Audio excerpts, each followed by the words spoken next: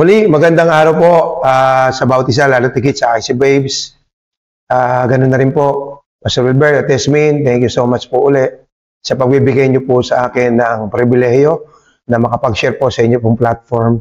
Ganun na rin po sa technical team, Pastor Archie, Pastor Regine, thank you so much sa pagpapaganda ninyo sa ating live streaming.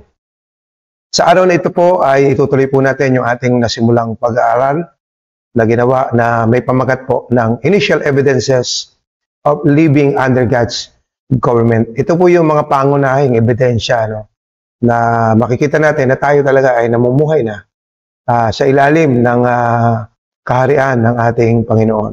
Napaka-importante nito sapagkat sinabi po ng ating pong leader that 2023 is the year of kingdom manifestation.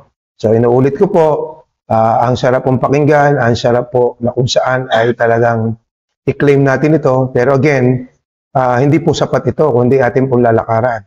Kaya nga po yung pong ginagawa ng ating mentor ay patuloy ang lay niya ng mga principles, mga laws na kailangan natin sundin para po magmanifesto sa atin na tayo po ay pinagaharian na ng ating Panginoon. Again, what is a kingdom? A kingdom is a country or nation governed by a king. Kaya po ang ating pinasok ay hindi po relihiyon. Ang pinasok po natin ay gobyerno at wala pong bansa na walang gobyerno. Lahat ng bansa, kaya sila naging bansa, gawa po ng kanilang gobyerno. Ano po? At again, at lahat po ng gobyerno ay meron po silang tinatawag na saligang patas nila. Na ito po yung kanilang pinagkasunduan na kanilang susundin para po may saayos ang kanila pong bansa. Okay? The same way, dahil tayo nga po ang ating pinasok ay kaharian ng Diyos, isang nation, isang country, therefore, meron din po siyang laws and principles na kailangan po sundin natin na nagkiklaim that we are citizens of heaven. Ano po, saan matatagpuan? Dito po sa ating mga pinag-aaralan o let's say, Biblia. Ano po, ng pinaghahanguan ng ating mga pinag-aaralan. Ano bang ibig sabihin ng kingdom? Kingdom is a governing influence of a king over a territory, impacting it with his personal will, his purpose, and his intent. Producing a community of citizens reflecting the culture and lifestyle of the king. Sa madaling salita, sa kanya pong gobyerno, sa kanyang kingdom, siya lang po ang nasusunod, ang kanya pong sariling kalooban, ang kanya pong layunin, ang kanyang intensyon. Kaya ang claim natin po ay tayo po ang naghahari sa atin ng ating Panginoon Kristo. Therefore, ang magre-reflect sa atin walang iba kung hindi ang kultura ng hari at ang kanyang lifestyle. Ano po, yun ang malilika. In fact, yun dapat ang mga churches, ang mga nag-claim talaga na sila ay under the lordship of our Lord Jesus Christ. So, doon nabanggit ko rin po sa inyo, sabi ni Pastor John Bibir, imposible po nating maunawaan ang mga prinsipyo ng kaharian na mayroon tayong taglay-taglay na demokratikong kaisipan o settings na tinatawag, democratic settings. Mga kapatid. So, kaya nga po, napaka-importante ng mga ginagawa natin na patuluyan, pag-aaral, ang tawag natin ay upgrading, updating. Kasi dito, nakikita natin at lagi nating nakakatanggap tayo ng mga bagong mga revelasyon, katuruan, na ito yung nagpapakilala sa atin ng isang progresibong Diyos na kumikilos siya, depende sa kapanahunan. Ano po? Kaya nga po dapat hindi tayo maiiwan sa season. Okay, sabi nga ng ating mentor, season governs life. Kapag ka po tayo nag-operate o sa hindi na season, nagiging po tayong irrelevant. At soon, ang mga hindi po sumasama o hindi po nalalaman kung anong season na, kaya hindi siya nakakasama. Okay, ay talagang magiging irrelevant and yung pinaka-worst part niya ay pwede pong mamatay ang ating pong mga spiritual na katatayuan. Kasi po, mga kapatid, just like yung mga tinatawag natin na migratory birds. Kasi sila tinawag na migratory birds kasi sa panahon ng alam nila, nasa-sense nila na hindi na sila mabubuhay doon sa lugar na yon sa ganong season, nagmamigrate sila sa ibang lugar. Okay? Kaya nga po, merong talata sa Biblia, I believe, nabanggit noon ng ating mentor, buti pa yung mga ibon na yon, Fowler yata yon, na ang sabi, alam nila yung season. Alam nila yung season kung kailan sila lilipat, kung kailan sila magmamigrate. Okay? Yan ang magiging problema natin kapag hindi tayo aware sa season. Maaaring nag-ooperate tayo pero out of season. Pag out of season, medyo hindi po ganun talaga kasarap ang ating pong mararanasan dyan. Ano po? Sapagkat nananatili tayo sa isang lugar, nag-ooperate tayo out of season o irrelevant. We are becoming irrelevant. So, number 1 natin pinag-usapan na initial evidence na tayo po ay nasa ilalim na ng paghahari natin, Panginoon. New life or transformation. New life or transformation. So again, hindi naman instantly naman, or bihira po yung nangyayari na talagang instantly na nakilala sila, nagbago na. Kasi nga, siyempre, galing tayo sa kadiliman, at tayo dinala ng Panginoon sa kaliwanagan. So, uti-uti, habang patuloy natin pinag-aaralan, yung nagbibigay sa atin ng wisdom. So, liwanag, wisdom yan So, yung darkness, yan ay ignorance So, uti-uting nawawala yung ating pagiging ignorante sa mga bagay patungkol sa Panginoon. Partikular, ano ba yung dapat ginagawa? Alin yung dapat hindi ginagawa? Ano ba dapat yung top priority? Alin yung less priority? At alin dapat yung hindi pinaprioritize? Kasi we waste time kung talagang hindi natin alam kung ano talaga yung dapat nating pinaprioritize. Mga kapatid. So dito makikita natin, isa ito sa nagiging ebidensya na talagang tayo ay pinaghaharian na ng Diyos. Talagang nababago yung buhay. Kaya nga sabi ko, kung yung kaibigan mo na nung ikaw ay hindi pa born again, tapos na born again ka, walang napansin sa'yo, medyo hindi ka magandang paturo. Dapat may makikita sa'yo na new life or changes. Hindi man biglaan, pero dapat gradual. Tama ba yung gradually? Or gradual. Ibig sabihin, uti-uti. Makikita niyo yung progresibo mong pagbabago. Kasi nga yun, lapit ka na lapit sa liwanag, aral ka ng aral ng mga lights, na kung saan maghahatid sa'yo na yung mga dark na spots sa buhay mo, uti-uting nawawala. Kasi nalalaman mo, mali pala ito. Ito pala ang tama. Ito palang kalooban ng Panginoon. Ito, hindi pala kalooban ng Panginoon. So, yun po yun, Yan yung mga mangyayari sa isang tao na kung saan ay pinaghaharian na ng ating Panginoon. Totoo po na talaga siya nagtatransform na. Hindi ilang beses na born again. Okay? So, sabi po doon sa ating pinag-aralan, without realization, there is no transformation. Okay? Kapatungkol po doon sa ating unang ebidensya na tayo po ay pinag-aarian na ng Panginoon ng transformation. We need to realize, just like yung ating mo pinag-aralan doon, yung sa prodigal son, from give me to make me. So nakita natin doon, nagkaroon talaga ng matinding realization. Na-realize niya, nagkasala siya kay Lord big time. Nagkasala rin siya doon sa pastor niya o sa tatay niya, spiritually. Kaya talagang sa tindi ng kanyang naranasan, grabe yung pagiging humble niya. In fact, dumating siya sa estado ng kanyang realization, hindi siya karapat-dapat pantawaging anak sa kabila ng kanyang mga nagawa. Kaya sabi niya, make me one of your servants. Grabe, nung kanyang kababaang loob na naihatid sa kanya ng kanyang naranasan. Why? Because he realized. Kaya nga, without realization, therefore, there is no transformation. Maraming Kristyano ng matagal, pero until now, hindi nababago kasi they don't realize. Kaya hindi sila nababago. Hindi nila nakikita na talaga namang tama si Lord sa amagitan ng mga nagli-lead sa kanila. Partikular, kung nakikita naman nila yung kanilang leader, meron din sinusunod. Okay? At nakikita rin nila, paano ba sumusunod yung kanilang leader? Doon sa kanilang kiniklaim na kanilang leader din, o spiritual father, mga kapatid. So, tingnan nyo, So, napaka-importante ng realization. Kasi, kung hindi natin ma-realize, hindi tayo aware, hindi tayo magbabago. Mga kapatid, so, yun po yun. So, hindi natin mararanasan yung pagkahari ng Diyos o kaharian ng Panginoon. It's supposed to be, okay, ang daming ni-offer sa atin. Diba? Napakarami. Nandun na yung everlasting Father, nandiyan yung Prince of Peace sa gobyernong yan, nandiyan yung tinatawag natin na Mighty God. Yan. Di ba? So, napakarami, mga kapatid, na maranasan natin. Name it, nandiyan yan sa gobyerno ng langit. Kaya nga, importante sa atin ito in order to, for the kingdom of God to manifest in our lives. Ano po? So, sumunod, at dito na tayo natapos sa tingin ko. Pagpapatuloy lang natin. Ano yung pangalawa na kung saan ay makikita sa atin o ebidensya na makikita sa atin na talagang tayo po ay pinaghaharian na o nakapamumuhay na sa ilalim ng paghahari o kaharian ng ating Panginoon sa Kristo. Pangalawa po, unification. Unification. Isa sa mga natutunan ko sa ating mentor. One of the longest prayer ng ating Panginoon sa Kristo ay yung John 17. At ang pinakang laman, pinakang sentro ng kanyang panalangin ay ang pagkakaisa ng kanyang mga lingkod o ng kanyang mga mananampalataya.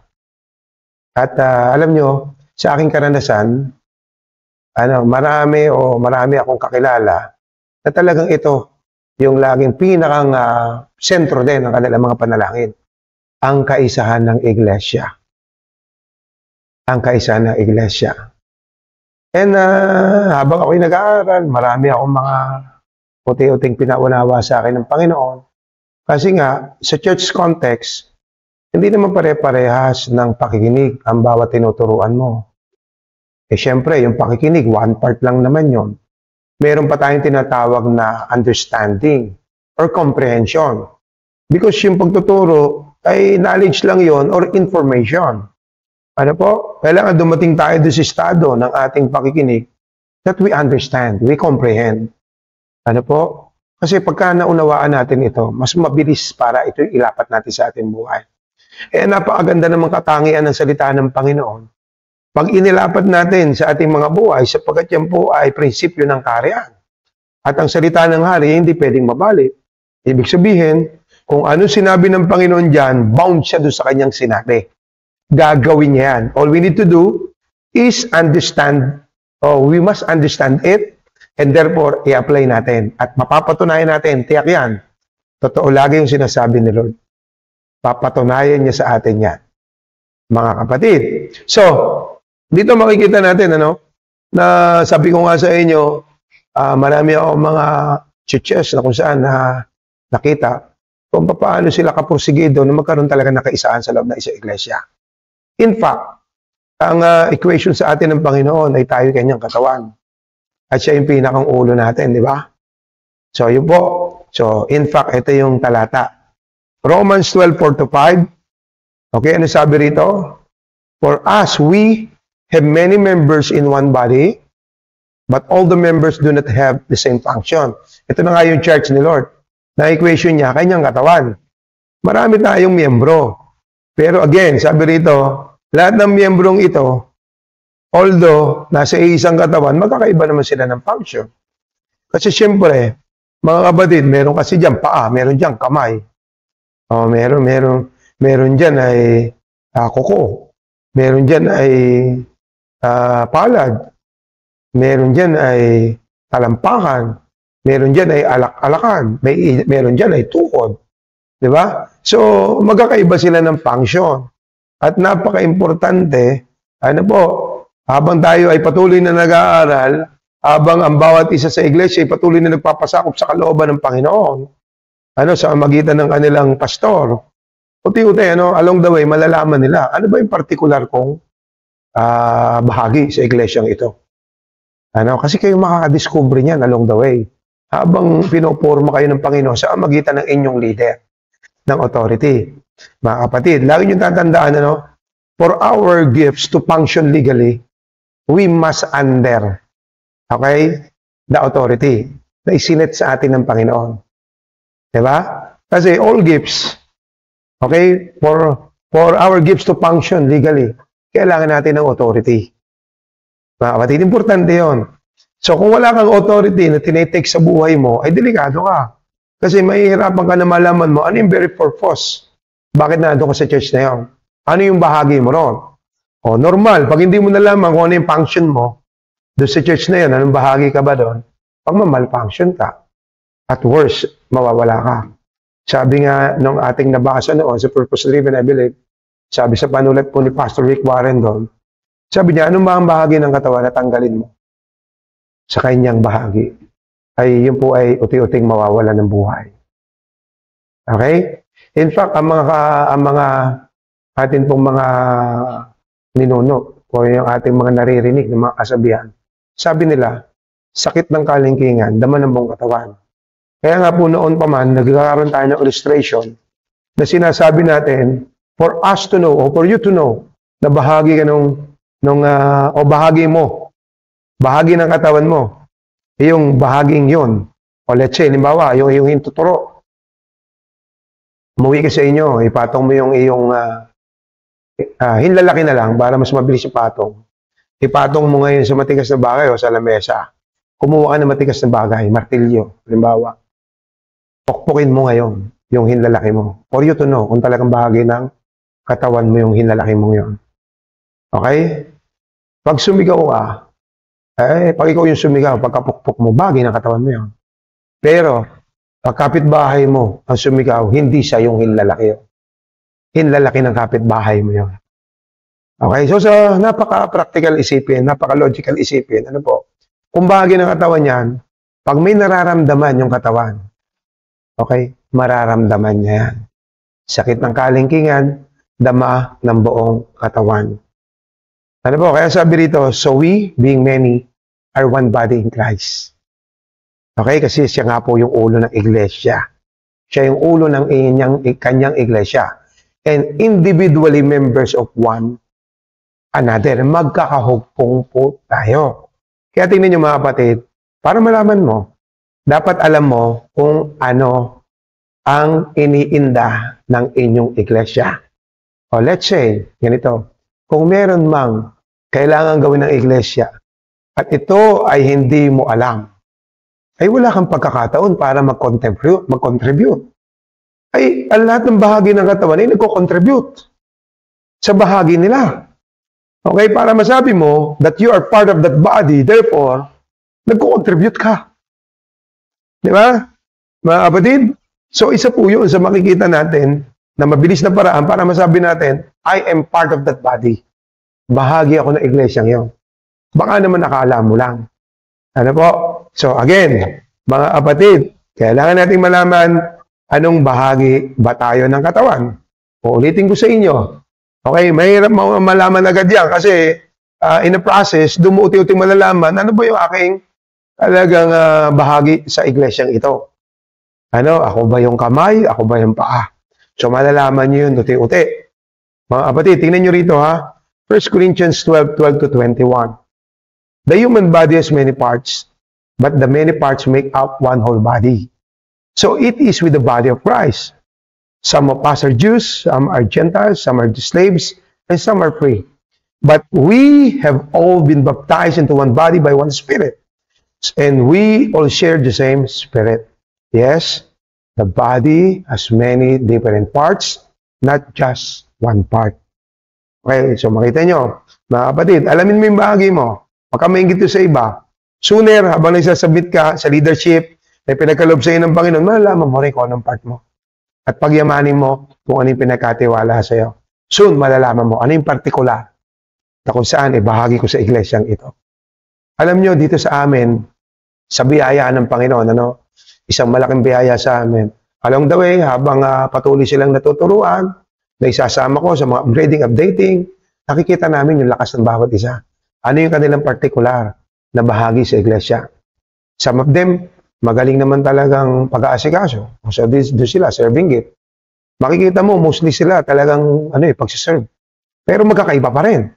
May magaling mag-serve, halimbawa, ng kanin. May magaling mag-serve ng ulam. May magaling magluto ng partikular na ulam. Diba? May magaling naman mag-manage. Okay? Ng kanyang mga kasamahan. O parang siya yung nagli-lead sa kanyang mga kasamahan. Pagdating sa bahaging yon. Meron din naman, magaling pagdating sa larangan ng paghuhugas.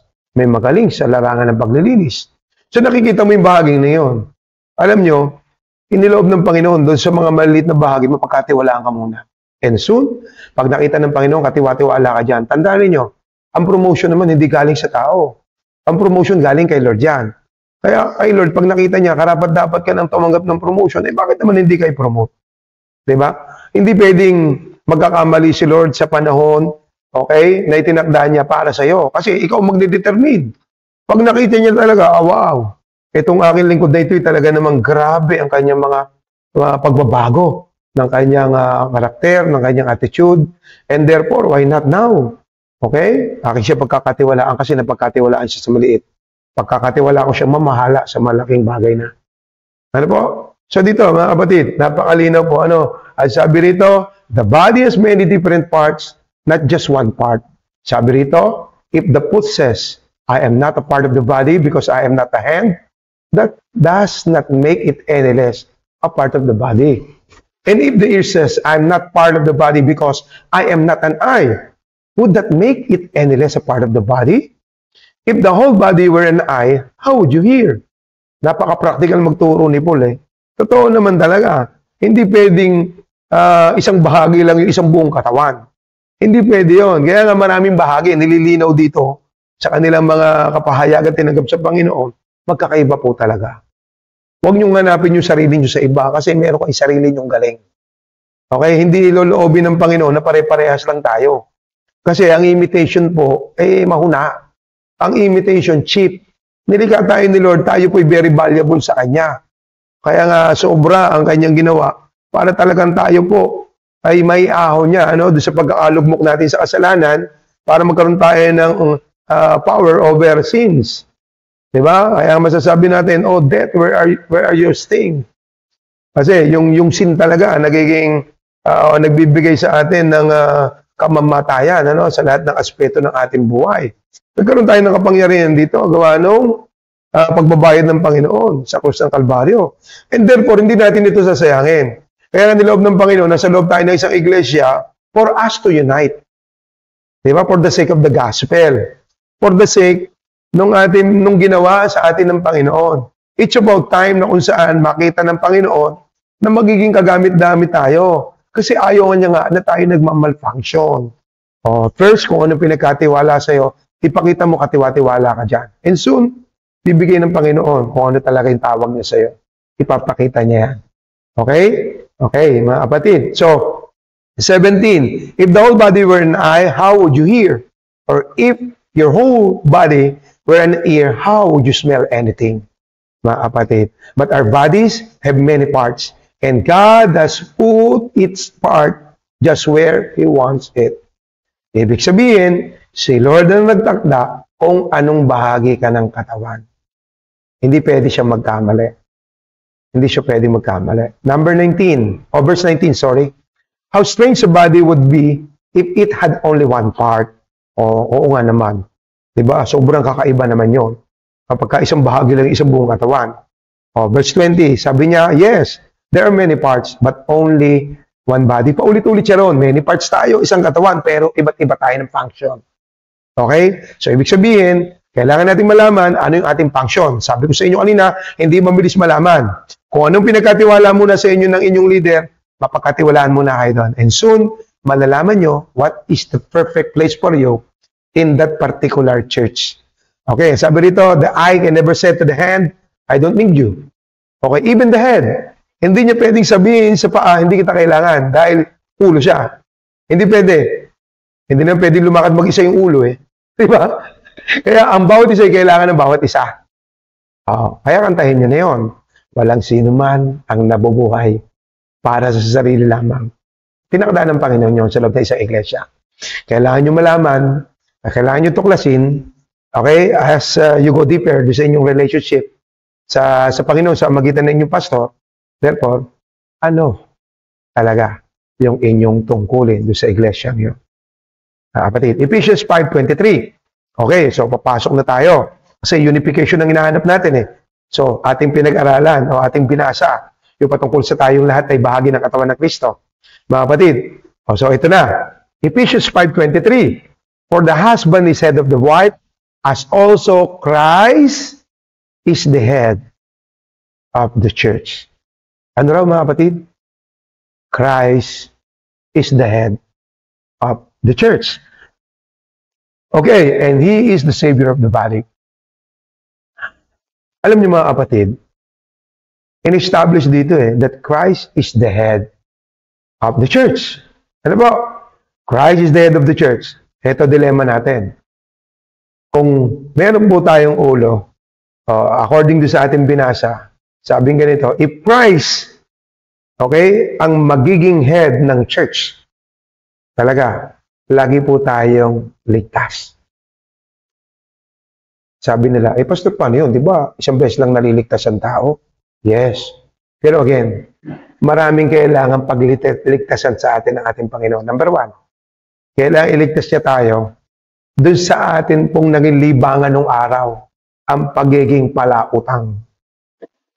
Yun. Kaya nga pag si Lord na ang nag-lead sa ating buhay, uti-uti tayo maliligtas doon sa pagkakabaon sa utang. Okay? Saan? Sa pagiging matatakutin. Maliligtas din tayo doon. Saan pa? Napakaraming bagay sa kabagabagan. Diba? Saan pa? Sa pag-aalala. Sa worry. Diba? Yan. Saan pa? Sa mga maling relasyon. Okay? Saan pa? Mga kapatid, sa mga maling taong kasama. Napakarami. Kaya nga, hanggat si Lord yung nasusunod doon sa iglesia, yun ang ibig sabihin nun. Diba? Kaya sabi ko rito, if you have the head, you are always safe. Kasi siya yung magbibigay sa iyo Sino ba yung dapat mo nakakasama? Kasi marami sa ating kasama, destiny destroyer. Hindi magandang kasama. O BI, bad influence. Di ba? Kaya nga ako nakikita ninyo na parang araw-araw na lang yun ang kasama nyo pero wala naman kayo na pinatutunguhan. So hindi sila tamang impluensya. At isa lang ang tiyak dyan. Yan po ay destiny destroyer. Hindi sila dapat sinasamahan. Ano, ang samahan ninyo, yung lagi may naiaambag sa inyo ng mga prinsipyo ng Panginoon na biglang lagi kayong nakaka-realize. Okay? At lalo nyo pa nakikilala ang Panginoon, lalo kayo napapalapit sa Kanya. Yan ang mga taong dapat sinasamahan. O, balik tayo dito. O, natutunan natin, na malinaw ang ating Panginoon talaga ang ulo ng Kanyang iglesia. At habang siya nasusunod sa Kanyang iglesia, ligtas lahat na dumadalo dyan. Sa lahat ng klase na dapat nilang ikaligtas. Okay? Kaya lang, ito po yung ating dilema pare-parehas. Okay? Our Lord Jesus Christ is in the heaven right now, seated at the right hand of God. Mga kapatid, problema natin ito. Bakit? Ay kasi nga, siya yung malinaw na sinabi na siya yung ulo ng iglesia. Ay paano ngayon yan? Mawawala ng ulo yung iglesia. Diba? Kaya hindi naman pwedeng mawala ng ulo. Kasi ang katawan na walang ulo, multo. At kapag ang ating Panginoon ang hindi nag-ahari sa amagitan ng protocol niyang ibinaba sa loob ng isang iglesia, mga kapatid, maaaring maraming umakto bilang ulo. Sabi nga ng ating mentor, a body that more than two heads is already a monster. O kaya maraming iglesia rin. Kaya imbis na sila yung maligtas, lalong napapahamak. Bakit? Ang dami kasing ulo Okay? Mabuti-buti pa Hindi nga mabuti rin Ibig sabihin, okay pa yung dalawang ulo Kahit pa paano, dalawa pa lang. Paano kung 7 yung ulo? Okay? Kaya ang daming division. Kasi, ang isang ulo, isa lang vision yan kung dalawa yung ulo, di dalawang vision. Nagkakaroon tuloy ng division. Para sa mag-asawa yan Pagka hindi isang vision ng mag-asawa, doon nagsisimula yung doon galing sa division, salitang divorce. Okay? Ibig sabihin, two vision, die. Kaya hindi magandang two vision Die kasi yan Pag two vision, talagang mamamatay, die. Kaya divorce. Hindi pwede sabihin divorce. Divorce, division. Too many vision, division. Okay? Kaya nilab ng Panginoon, siya lang. At habang siya yung ulo ng kanyang iglesia, siya nasusunod, siya nag-aari dyan. Therefore, ligtas lagi yung mga nandyan. Sa napakaraming dapat nilang kaligtasan niya sa mundong itong napakalupit. Mundong magulo. So, who will save us from this corrupted world? Yun ang tanong. Diba? Kaya mag-alala. Sabi nga natin napakabuti ng ating Diyos. Hindi naman siya papayag. Sobra niya tayong mahal. Tayo nga yung sentro ng kanyang mga nilikha. Ang tawag niya sa atin is masterpiece. Ano yung papabayaan niya lang tayo? Tama kayo? Hindi. Okay, kaya kailangan natin ito maintindihan. In fact, sa group natin, ano na to sobrang ng dami namin pagtuturong ginagawa. Pero hayaan nyo, napatuloy pa rin natin itong pag-aralan para lang ma-stand natin. Kaya nga mga initial evidences Ano na makikita natin, na masasabi natin, wow, nag-ahari na pala sa akin si Lord. Wow, nabubuhay na pala ako sa kanyang kingdom. Diba? Under God's kingdom. Okay? Bakit? Eh, nagka-transform talaga ako, nababago talaga ako.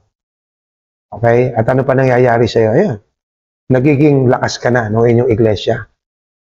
Okay? Kasama ka dun sa unification na nangyayari sa loob ng isang iglesia. Bakit? Naintindihan mo to. Okay? Our Lord Jesus Christ, the head of the church, is already in the heaven, seated at the right hand of God. Right now. Kaya nga sabi ko, patay tayo dyan. Kasi corrupted na masyado yung mundo. Sino magliligtas sa atin dito? Sa napakaraming mga bagay na kailangan, talagang laging ligtas tayo. Mga kapatid. Okay, magalala. Ito na. Ephesians 4:11 to 13. Okay, verse 11. Now, these are the gifts. Okay, so take note nyo yun. Makita nyo, may guhit, kinapslak ko. Christ, siya mismo nagbigay. Kanino? Sa church. Ano rin binigay niya? Regalo. Gifts. Plural. Marami. Ang sabi rito, the apostles, the prophets, the evangelists, and the pastors. Okay, take note again. Caps lock, pastors, and teachers. Mga kapatid. So, dito lang natin bibigyan ng emphasis. Kung mapuna rin dyan, mabilis makita, gifts at saka pastors. Bakit regalo yung pastor sa loob ng iglesia? Kasi nga, hindi pwede na yung katawan ay walang tatayo na kinatawan niya. Sa madaling salita, kaya ang tawag niya, regalo yung pastor sa iglesia, kailangan nga po natin na patuloy, okay, na maranasan ang biyaya ng pangunguna ng Panginoon sa ating buhay sa magitan ng kanyang representante.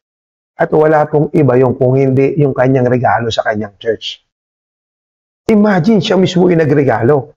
Tapos sa mentalidad natin, ba't ganun? Parang hindi naman tama yung turo ni pastor. Napakahirap naman pong isipin na mali si Lord sa pagpili sa pastor mo. Diba? Kapatid? Sapagkat mahirap po at malabo pong magkamali si Lord. Okay. Malamang at sa malamang, tayo lagi yung mali ng iniisip. Kaya lagi yung sinasabi, it takes two to tango. Siguro may mga pagkakataon lang, dahil bunga na rin ng mga naranasan ninyo, partikular sa inyong mga iglesia, dyan na kayo inabot, nakarinig kayo ngayon ng mga bagong katuruan, just like this, na kung saan nakita ninyo, regalo pala si pastor. Sometimes kaya hindi rin nagkakaroon ng breakthrough sa loob ng isang iglesia, kasi nga, hindi nila tinitake na kung saan regalo ka na ng pastor sa loob ng isang iglesia. Ang lagi na nga namin sinasabi rito, paano nagiging special yung isang regalo? Dahil ba doon sa regalo mismo? O dahil doon sa nagbigay ng regalo? Okay. Very common ang sagot na marami. Dahil doon sa nagbigay. Totoo naman, ang Panginoon na nagbigay. Kaya nga sabi ko, kung yung pastor nyo ngayon, naniniwala kayo na bigay ni Lord, okay? At may mga pagkakataon, naiisip ninyo, parang mali naman yung tinuturo ni pastor. Ang challenge ko sa inyo, ibig bang sabihin, nagkamali si Lord sa pagpili sa pastor ninyo? Hindi. At tinitiyak ko, hindi. Saan nagkaroon ng lapses? Yan. Katulad ko rin, experience ko yan eh. Okay? Gusto kong pangunahan o sundin ang Panginoon sa magitan ng pangunguna ko sa iglesyang pinagkatiwala niya sa akin. The problem is, puzzled ako. Hindi ko alam paano maging tagapaguna. Hindi ko alam paano i-direct yung affairs ng church. Wala talagang idea. At ang ginagawa ko na lang, kung ano yung alam kong gawin, na nakakatawa, wala naman akong alam gawin. Basta alam ko lang, maging mabait ako, maging nice ako sa bawat isa, kahit na may mga pagkakataon, ang samaan na ng loob ko, hindi ko pinapakita. Kasi para sa akin, noon, ang pananaw ko, bawal magalit ang pastor. Okay? Ang nangyayari tuloy, hindi ko mapakita yung tunay na ako, sabagat hindi ko naman talaga lubusang nauunawaan. Until such time, okay, bababa na ako, pinakilala ko ng Panginoon sa makita ng sobra kong paghahangad. Okay, pagsik ko sa Kanya, at natagpuan ko naman siya sa magitan nga ng aking mentor. Marami akong prinsipyong natutunan, inilapat sa buhay ko. At nakita ko yung pagiging effective nito sa loob na isang iglesia. At simula noon, natutunan nila na mahalin ako, okay? At sundin ako, i-honor ako kung paano nila gustong i-honor ang Panginoon. Sapagkat alam nila na ako'y direktang regalo ng Panginoon sa kanila. At kaya lang talaga nagkaroon ako ng pagkakamali ng mga una. Kasi ako rin mismo, walang taong sinusunod na kung saan aayusin din ang aking karakter, aayusin ang aking asal na hindi maganda, at i-equip ako ng mga sariwang mensahe ng Panginoon para meron din akong direksyon na sinusunod na naaayon sa kalooban ng Panginoon. So, nung nangyari na sa akin to, napakasimple na lang po ng mga sumunod. This is the way, walk in it. So, nagawa ko na kung paano ko sila pangungunahan sa magitan ng mga turong tinanggap ko sa akin tinitake as my spiritual father. So, nangyari na yung pagiging leader ko at representante ng Panginoong Jesucristo sa kanyang iglesia. Okay, kaya nga sabi ko, kung inabot kayo na parang somehow nakikita nyo may mga lapses yung inyong pastor, okay, unawain nyo kasi hindi nga pwede magkamali si Lord. Siguro, I suggest, natulungan nyo siya na makapag-upgrade, makapag-update kasi napaka-importante nito. Particular sa mga panahon ngayon. Ano? Napakahirap na nag-ooperate pa rin tayo sa mga sinaunang panahon ba. Sobra na tayong irrelevant. Sobra nang obsolete yung ating mga binibitawang salita ng Panginoon. Pati yung ating bang unawa doon sa mga talata. Walang may dudulot na breakthrough sa iglesia. Naranasan ko yan. Ano, kaya nga po ako, na nakita ko na ito talaga yung taong tinakda sa akin ng Panginoon. Hindi na ako nagpa-tumpik-tumpik pa. Hindi na ako nagpabebe pa. Kung hindi, ang ginawa ko, ano yun? Sabi ng salita ng Panginoon, draw near unto me, and I draw near unto you. So, ibig sabihin, kung sino may kailangan, siya ay mag-take ng initiative na talaga namang ipurso niya dahil siya yung may kailangan. Ano? Kaya ako, simula noon, pinurso ko na yung taong pinagkaloob sa akin ng Panginoon. At talagang I see to it na every time na meron po siyang patawag, naandun ako. At every time na kailangan niya ako, naandun ako. Kasi alam ko, kailangan ko siya more than kailangan niya ako. Okay, ganun din kay Lord yun eh. Yun ay protocol naman ni Lord yun, mga kapatid. Ano po? So again, kaya gifts ang tawag sa inyo mga pastor kasi siya yung kakatawan sa ulo. Alam ni Lord yung dilema ng isang katawan na walang ulo. Hindi obra. Sabi nga ni Pastor Wilber, para yung manok na pinutulan mo ng ulo, walang direction at all. Kasi ang vision nanggagaling sa ulo. Pag walang vision, ang sabi ng salita ng Panginoon, the people perish. When there is no vision, the people perish. Ano po? Ang sabi rito, anong aming primary responsibility? To equip God's people. I-equip yung lahat na bahagi ng katawan na nasa loob ng iglesyang yun. Sabi ko nga, hindi nyo ba naiisip ito? Na napaka-mysterious ng bagay nito somehow. Kasi, mapuna mo, meron naman church na malapit sa inyo. Pero di ka doon nadalo. Kaya, bakit nasa ibang church ka, sometimes mas malayo pa sa inyo? Kasi nga, sino bang nagsakakma ng bawat bahagi ng katawan? Di ba si Lord? Kaya lang minsan nga, dahil nga doon sa ating corrupted mind, nahihirapan tayong unawain. Total, hirap ka namang unawain, manatili ka na lang muna sa pagsunod sa leader mo. At along the way, malalaman mo, kapatid, kung ano ba talaga yung kalooban ng Panginoon sa iyo, okay, kung bakit ka dinala doon sa particular na iglesia na kinabibilangan mo. Ano mga kapatid? Again, our primary responsibility is to equip God's people for you to do your work and para yung church ni Lord, lumakas yung kanyang katawan. Mga kapatid, kaya napaka-importante nung sinabi ng ating mentor, training and upgrading is pricey. Okay? But ignorance is more costly. Ibig sabihin, marami sa atin nakaranas na nito, mabilis natin ito maintindihan. Mas malaki yung ating pinagdusahan, pinagbayaran, nung tayo po yung mga ignorante pa. Ngayon, nung nalaman mo, along the way, because you always see to it na ikaw ay nakakadalo na upgrading, updating, training seminars, Okay? Na talaga namang nakikita mo na habang dumadalo ka ron, nagiging better ka, better person, better leader, better member. Okay? Ganun nangyayari sa'yo, na kapatid. And then kung nakita mo, mas mura pa kung tutuusin. Nakikita mo lang, in the physical, medyo mahal. Pero pag nakita mo yung epekto nito sa buhay mo, ay grabe, walang pera. Okay? O walang halaga na kaya mong ibayad doon sa mga bagay na kung saan ay mararanasan mo pag ginawa mo na yung kalooban ng Panginoon at itong ignorance ay nalagpasan mo na sapagkat uti-uti ka na nagkakaroon ng wisdom na galing kay Lord. Because of ng mga accurate trainings and upgrading seminars and ayun na nga, mga updating. Mga kapatid. So yun po yun. Ano? So again, yun, sabi ko, doon sa bahagi yun nga nagkakaroon ng problema. Halimbawa ako, supposed to be, dahil ako yung pastor, ang primary responsibility namin is to equip you. Yung amin nasasakupan. Paano kung hindi kami equip? Kaya sabi ko, sige, dito na kayo inabot.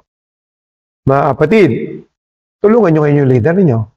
Kasi pricing nga kung titignan physical, dinaanan ko rin yan noong araw nga si Pastor Wilbert yan, ang offer niya noon sa Infanta. Kung talagang walang-wala kayo, bumulong lang kayo. Pero Diyos ko naman, kung isang taong ka ng bulong, baka may problema ka na. Diba? Puro bulong ka na lang. Diba? So, mga kapatid, sobrang ako nahihiya. Kaya dumating sa estado naman talaga, nagbayad din naman ako ng tama. Diba? In fact, mura lang yung kanyang registration for 2 days. Mga kapatid, conference niya sa Infanta. Siyempre, sabi ko nga sa inyo, nag-start ako, Diyos ko, struggle ako niyan.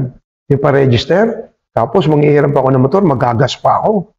Tapos siyempre, nakakaya naman kung hindi ka maglalagvip doon sa tinuluyan ninyo. Diba? Kahit kaibigan mo yun, kahit kaanak mo yun. Normal sa ating mga Pilipino na talagang tayo po ay, kumbaga, makonsiderasyon. Kaya nakakaya naman kung hindi ka maglalagvip doon. Kaya yun yung aking mga naranasan. Pero sa biyaya naman ng Panginoon, yun nga ang biyaya ng Panginoon. Pag inakbangan mo, makita mo, nagpo-provide talaga si Lord. Bakit? Tama yung prinsipyo yung iyong inakakbangan Siya talaga nagpo-provide. At alam nyo, sa biyaya ng Panginoon, noon talaga, hirap na hirap ka Pagka yung mga ganitong klase ng seminars, imagine ba naman? Pag nagkakaroon tayo ng ating mga major intake, yung ating annual intake, mga kapatid, ay hindi naman biro talaga. Dahil yan ay libo-libo. O halimbawa, itong ating major intake, 3-5. So sa mga nag-uumpisang pastor, mahirap ito. Kasi nga, wala naman talagang unity sa loob ng isang iglesia. Kasi walang connection at all. Ang tawag pastor, pero totoo, walang relation at all doon sa pastor nila. Kaya hindi nila talaga, sabi ko, yung ibang mga Kristiyano naman, kaya hindi naman nila talaga mapagyaman yung regalo binigay sa kanila ng Panginoon, hindi binubuksan. Binuksan, hindi naman ginamit. Kasi hindi na-highlight yung nagbigay. Si Lord nagbigay Kaya binigay, papakinabangan natin ng gusto. Diba? Kaya sabi ko sa inyo, sa anong paraan? Siya maglilid sa atin. Siya maglilid sa atin. So again, nakita nyo na yun. In fact, marami tayong mga seminars itong panahon na ito. Marami. Kung kayo ay isa sa malapit sa lugar na yan, tiyakin ninyo, yung leader ninyo, matutulungan ninyo na makadalo. Sabi ko nga, nung nagawa namin ito, okay, hindi naman kami ganun karami. Pero nakita namin, pag pala talaga nagkaroon ng pagkakaisa dahil naunawaan nila, na yung leader nila bilang ulo, kailangan siya yung number 1 nag-i-equip para din na rin sa kanila. Kasi kami bilang equippers, yun ang aming primary responsibility para sa inyo. Tapos kami mismo hindi equip, ano tuturo namin sa inyo? Magluto. Diba?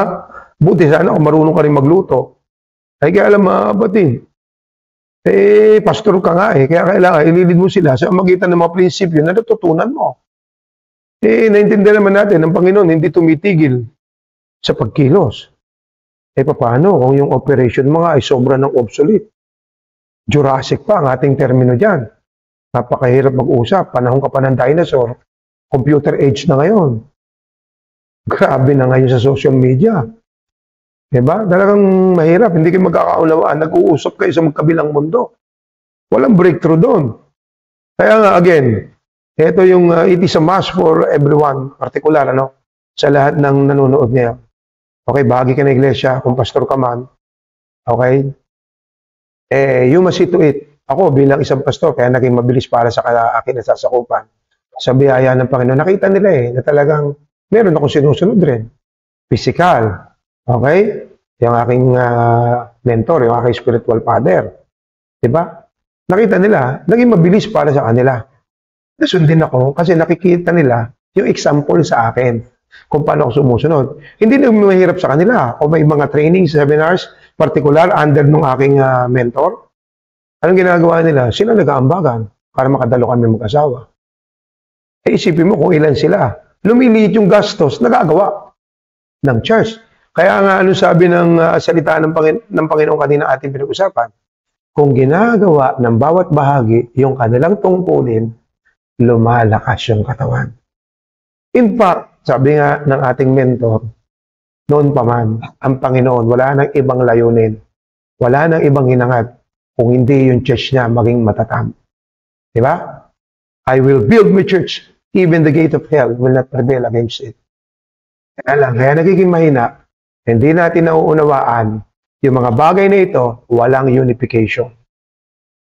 Anong sabi ng salita ng Panginoon? A house that is divided will not stand. Hindi kayo nakakaisa sa church nyo? Paano pa kayo makaka-influensya sa iba? Kaya nga again, tandaan ninyo ito, initial evidence lang ito. Isa lang ito. Okay? Sa mga initial, primary, ebidensya na ikaw ay pinaghaharian na ng Panginoon at naandong ka na sa kanyang kaharian. Mga kapatid, ano yun? Nagkakaroon ng unification, nagkakaroon sila ng understanding, yung pastor nila gift sa kanila ni Lord. At si pastor naman, tumutulong na pangunahan sila ng tama sa magitan ng kanyang paglilid sa kanila. In what way? Meron din siyang sinusunod na leader. At tinitiyak niya, yung leader niyang yon, meron siyang future na andun yung future niya sa leader na yon. Kasi kinatawan ni Lord yun at nakita niya na kung saan itong leader na to, grabe rin sumunod sa kanyang leader. Okay? Hanggang kailan? Hanggang kailan yung ating training, seminars, upgrading? Until we all reach unity in the faith, in the knowledge of the Son of God, and become mature. O, tingnan nyo. Hindi titigil hanggat hindi nagmamature. Mga kapatid, di ba, marami pa rin sa atin until now, pabebe. Di ba, mga kapatid? Gusto ni Lord, pagdating sa pagsunod, para tayong bata. Okay? Pero nakakaadwa rin naman kung hindi ka na tumanda. Mga kapatid, sa larangan ng pagsunod, dapat bata. Kasi ang bata, mabilis sumunod. Diba? Ang matanda kasi, pagka inuutusan mo, nakikipag-negotiate. Ibibigay lang sa iyo, cooperation, pag gusto nila yung gagawin. O magbe-benepisyo sila sa gagawin. Ang bata, hindi. Pag inutusan mo yan, in fact, ay mabilis bulahin yun. Sige, bumili ka ron. Iyo yung sukli. Pagbili ng bata, wala naman sukli. Mabilis sumunod. Okay, mga kapatid. Huwag niyong i-highlight yung joke ko lang yun. Mga kapatid. Again, tingnan nyo. Dito naranasan namin pray ako ng pray ng unity. Sabi ko sa inyo. Ayun pala naman, tinatrabaho. Okay, sa magitan ng unang-una, mag-update ka. Makita ng mga member mo, ngayon meron kang i-deliver sa kanila. At dumating sa antas ng aking pong pagdalo kay Pastor Robert, ay naisama ko. Mga leaders ko, wow, yun na napakaganda nangyari sa amin. Wala kaming kamalay-malay. Principles pala yon ng tent of meeting, matututunan namin doon. Sobra siyang effective, sobrang powerful, kasi si Lord ang nag-require noon. Ano nangyari sa amin? Habang ako'y nag-update, pare-parehas kami, uti-uti kami nag-unite. Alam nyo, pagka talaga si Lord na nag-ahari sa buhay ninyo at lagi kayo nag-update, yun ang patutunguhan ninyo Yun ang patutunguhan ninyo. At darating sa antas ng buhay ninyo, hindi nyo na pagpe-pray yun. Hindi na. Kasi normally, si Lord na naglagay sa inyo, dyan sa church Iisang tinanggap nating espiritu supposed to be, nag-unite tayo Pero bakit walang unification? Mga kapatid, ayun, because of ignorance. Diba? Ang sabi ni Lord, my people are destroyed because of lack of knowledge. Mga kapatid, o kaya ayun, again, mga kapatid, makikita nyo ito, mapapatunayan nyo ito. Habang kayo ay nagkakaisa, sinusupport nyo yung leader ninyo, makadalo ng mga training seminars. Kaya kami, ang direksyon namin sinasabi sa inyo, kung sino rin yung nagme-mentor sa amin, kasi very proven, very effective. Ano? At hindi lang yun, kilala talaga namin sila. Okay? Na kung saan, grabe yung pagmamahal sa mga pastor. Kaya naman nga sila binebless ni Lord. Kaya naman hindi tumitigil ang mga sariwang revelasyon sa kanila ni Lord. Mga kapatid, kasi grabe sila magmahal sa lingkod ni Lord. Ano po? So, again, so nakita nyo na, along the way makikita ninyo. Dati, noon na yung 100 problema na sa inyo, susunod 500 makikita ninyo. 500 problema sa inyo, mawawala na rin. Makita nyo, 1,000 problema sa inyo, wala na rin. Makikita ninyo, grabe 5,000, mabilis na rin sa inyo. Kasi ganun kami nun eh. Di ba? Tapos nakikita mo, kaya pala naman gawa ng paraan. Nakagawa naman wala ng paraan. Ang nakikita mo, nagagamit mo ngayon ng tama yung pera. Kasi yung pera mo ngayon, ginagamit mo for God, for advancement ng God's kingdom. Hindi na for your, Tagalogin ko na, sarili mong kapakanan. Di ba mga kapatid? Tinagalog ko na, baka mahirapan kayo intindihin eh. Okay? So, tandaan nyo ito mabuti. Sabi ni Dr. Miles Monroe, do not trust a man without a head. O, yun yung sinasabi ko sa inyo, di ba? Mga kapatid, it takes two to tango. For now, inabutan yung ganyan yung inyong leader. Okay? At nakita ninyo kung paano yung direksyon na tinatahak nito. Very common ang experiences ng mga churches dito. Talagang lumalakas. Mga kapatid, nakita naman ninyo paano nagsasabit yung leader ninyo doon sa leader natin. Okay? Dapat lang silang pagtiwalaan. Pero again, kung nakita ninyo, okay, hindi naman masunurin yung leader ninyo, aba, do not trust a man without a head. Mahirap magtiwala sa isang taong walang ulo. Yun ang ibig sabihin yan. Alam nyo na yun, pagka walang ulo, walang vision, walang utak, walang vision. Dito sa ulo lahat eh. Nandiyan ang vision. Nandiyan ang pandinig, pagiging sharp. Nandiyan yung utak, mga kapatid, na kung saan. Ito po yung nag-iisip, ito yung nagdidikta ng lahat ng mga impulses kung bakit kumikilos yung bahagi ng katawan. Mga kapatid, sabi nga ng ating mentor, without somebody to lead us in our journey in life, one who knows, hindi basta leader, who knows the right path to take.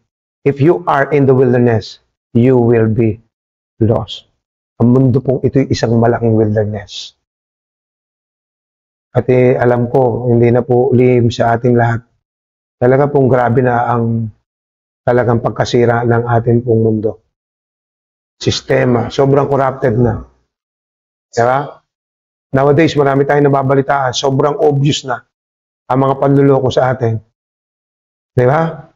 Pero they keep on believing sa sarili nilang mga kalokohan. Yun ang problema ng marami, ano? Alam niyang kalokohan yung kanyang ginagawa, naniniwala pa siya. Eh, sino ba naman ang master ng panloloko? O, sino ba ang tatay niya ng all lies? O, di ba? John 8:44. Si Satan yan eh. O, kaya nga, ang pinakang gustong mangyari ng isang pastor ay yung unification ng kanyang katawan o ng katawan ng Kristo, ng iglesyang kanya pinagkatiwala sa kanya. Kaya nga sa amin, hindi enough yung nagkaroon kayo ng magandang trabaho, nagkaroon kayo ng magandang negosyo, nagkaroon kayo ng magandang bahay, magandang sasakyan. Hindi enough sa amin yan. Ang gusto namin makita, yung magkaroon ng fulfillment, yung pagkakalika sa inyo ng Panginoon. Nagkakaroon tayo ng iisang kaisipan. Kaya nga sabi ni Paul, ang kanyang completeness ng joy, ayun yun, kung kaisa na ng kanyang isipan yung kanyang nasasakupan. Kung iisa na sila ng pag-ibig, kung nagkakaisa na sila sa Espiritu, at iisa na ang kanilang intensyon at layunin. Yun yun. Kaya nga sabi ko, salamat sa Panginoon. Kung nakikita namin, pinagpapala kayo, financially, materially, pero again, kapag ka po, naging kaisa namin kayo sa isipan, sa pag-ibig ng Panginoon, sa Panginoon, sa pagkakaisa sa banal na Espiritu, sa isang layunin at intensyon. Lahat po yan nahahabol lang sa inyo. Material blessings, financial blessings. Mga kapatid, kaya yun ang gusto mangyari ng pastor. Pagkaiisa na tayo ng kaisipan. Napakaganda. Opo. So, mga kapatid, gusto ko pa pong magpatuloy, pero kinapos na po tayo ng panahon. Kaya mag-alala, susunod natin, okay, sa initial evidences na talagang makikita natin tayo namubuhay na under God's kingdom, authorization, power. Yung una natin, transformation, new life. Sumunod natin, ano yung ating sumunod? Unification, one body. Ito, yung tatalakayin natin sa susunod po nating pagkikita. Muli po, maraming salamat, Pastor Wilbert at Yasmin, sa inyo pong binigay sa akin na pribilehiyo na maging pagpapala sa atin pong mga kasamahan. Okay? Pagpalain po kayo lagi at iingatan ng ating Panginoon. Sampu po ng inyong pamilya. Salamat, Sir Archie, Pastor Regine, thank you so much po sa inyong tulong. Salamat din sa aking si Babes.